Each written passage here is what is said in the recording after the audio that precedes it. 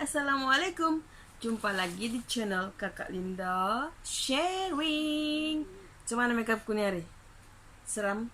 Seram kan? Okay, so dengan makeup yang seram ini, aku akan mau ceritakan satu kisah dengan kamu. Tak tahu lah kalau kamu pernah dengar, tapi dia ni satu filem yang baru dirilis tahun lalu dengan tajuk, kejap, aku lupa tajuknya. Poshampa. Tajuknya Poshampa. Oke, jadi sebelum kita mengulas lebih lanjut tentang Poshampa, kamu dengar dulu. Aku mau baca satu macam dia ni lagu kanak-kanak, lagu permainan kanak-kanak, tapi dalam bahasa Hindi. Okay, so kamu dengar ni aku baca. Poshampa, Poshampa. Poshampa, salah, sekejap ulang balik. Poshampa. Poshampa by Poshampa. Dokon ne kia 100 रुपया की गाड़ी चुराई, 2 रुपये की रबड़ी खाई, अब तो जेल में जाना पड़ेगा, जेल की रोटी खानी पड़ेगी, जेल का पानी पीना पड़ेगा, अब तो जेल में जाना पड़ेगा. Kalau di YouTube dia punya rentak macam gini.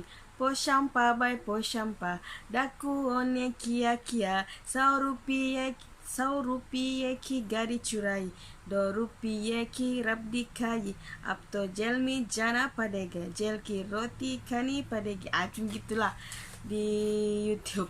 Jadi dia punya lagu ni adalah satu permainan tradisional kanak-kanak zaman dulu lah di India, dikatakan di India. Lepas tu kalau di Malaysia dia hampir sama dengan permainan macam yang orang buat macam tangan macam ni kan, macam ni, 2 orang. Lepas tu nyanyi lagu ini, polendang polendang na na na na na na na, gitu. Sama permainannya dengan yang apa tadi nih, Poshampa nih, sama dia punya game. So kalau kita tengok lagunya macam daripada lagu yang tadi aku nyanyi tu, aku cuba untuk nyanyikan tu, macam kalau mungkin kita dalam fikiran kita bilang, kalau kita belum pernah nampak lah Poshampa nih, dalam pikiran kita bilang, oh mesti macam cerita yang seronok, cerita yang lucu-lucu kah begitu kan. Tapi sebenarnya ini film ni berkisar tentang kisah pembunuhan kanak-kanak secara beramai-ramai. Oke, di mana pembunuhnya ialah pembunuh bersiri 3 orang anak beranak, yaitu mamaknya dengan 2 orang anak perempuannya. Oke, 2 orang ni dikabarkan telah menculik 40 orang kanak-kanak. Lepas tu telah membunuh 12 orang kanak-kanak, tapi yang sudah ada bukti 5 orang. Jadi diorang ni sudah ditangkap. Ini adalah sebenarnya diorang sudah ditangkap. Mamaknya ni meninggal masa menjalani hukuman penjara pada tahun 1996. Lepas tu anaknya ni pula, 2 orang ni sudah mati juga, sudah meninggal juga. Diorang ni pula dikenakan hukuman mati. Mamaknya meninggal semasa dalam tahanan. Yang 2 pula anak ini meninggal sebab hukuman mati. Jadi menurut cerita yang aku baca, macam mana 3 orang ni boleh jadi pembunuh. Pertama ni mamaknya ni ada gangguan psikologi. Dia macam ada gangguan jiwa, stres mungkin sebab dia ada masalah hidup untuk membesarkan 2 orang anak ini mungkin lah. Jadi dia bawa kehidupan yang contoh-contoh yang tidak bagus kepada kedua orang anaknya nih. Misalnya yang si ibu nih, dia seorang penagih dadah.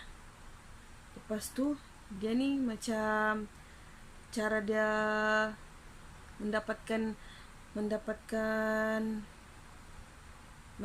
duit kan, mendapatkan macam duit untuk membeli barang-barang keperluannya tu kan, dia menipu, mencuri. Lepas tu ada satu scene tuh yang dalam film tuh dia tipu lelaki, dia bawa balik lelaki kan di rumahnya. Lepas tu mungkin dia dibayar untuk memuaskan nafsu lelaki tuh. Lepas tu lepas dia selesai dia punya kerja tuh, dibunuhnya lelaki tuh tadi.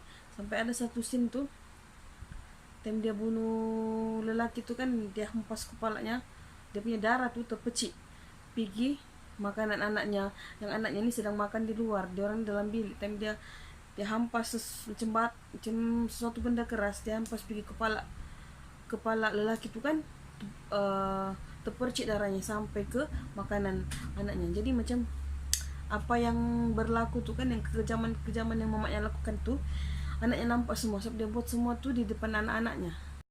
Jadi bila sudah setiap hari diorang nampak benda yang begitu, diorang pun akan ikutlah. Itu contoh yang ada di depan mata mereka kan. Lepas itu memang diorang dipaksa juga oleh ibunya nih tadi untuk bertindak ganas. Maksudnya dia macam diajar anaknya untuk tidak percaya dengan orang. Lepas itu diajar anaknya kalau kita boleh dapatkan sesuatu tuh, kita boleh mencuri, begitu diajarkan anaknya. So anak-anaknya pun kalau dari kecil lagi dorang diajar begitu, mestilah dorang sampai besar dorang buat kan.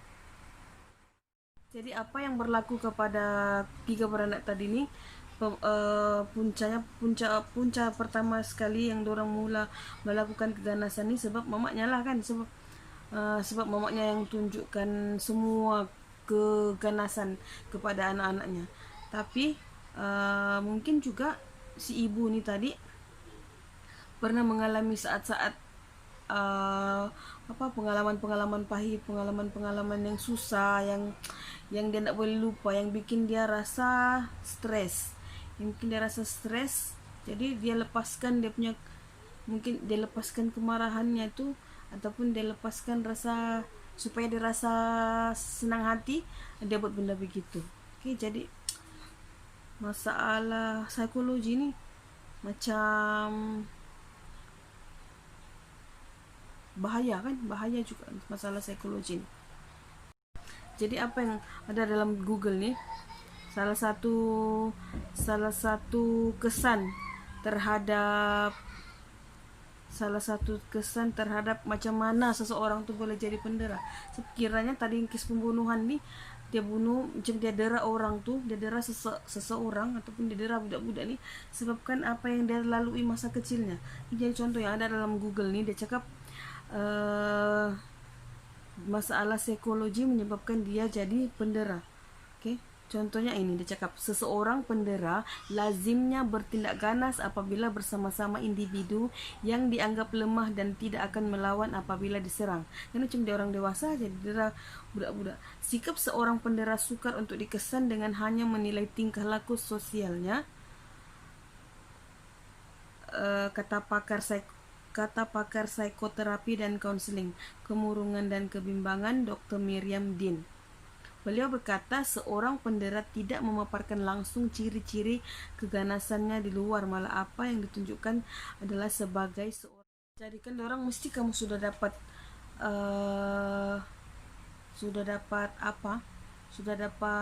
pengajaran daripada film apa nih, Poshampa nih. Walaupun aku cuma sebutkan sedikit macam dia punya sinopsis kan, tapi macam kita dapat sudah macam pengajaran daripada